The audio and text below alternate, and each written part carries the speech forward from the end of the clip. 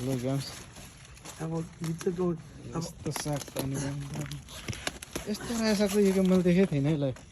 नेपालको भन्दा नि यो त सब्रेत हौ हुन्छ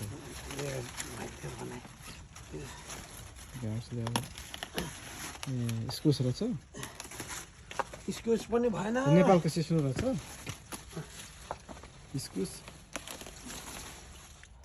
यो ठुलो खालको ऊ रहेछ चुचे करेला रहेछ गाम्स ठुलो खालको चुचे करेला रहेछ ठुलो हो यो फल्छ गाम्स अब फल्छ फल्छ तर अब त चिसो लाग्यो हुन त आम्मामामामा साग चाहिँ यहाँ रहेछ फुल चाहिँ अलिक हो गाम्स फेरि साह्रै धेरै ऊ हुनुहुन्छ फेरि मनकारी हुनुहुन्छ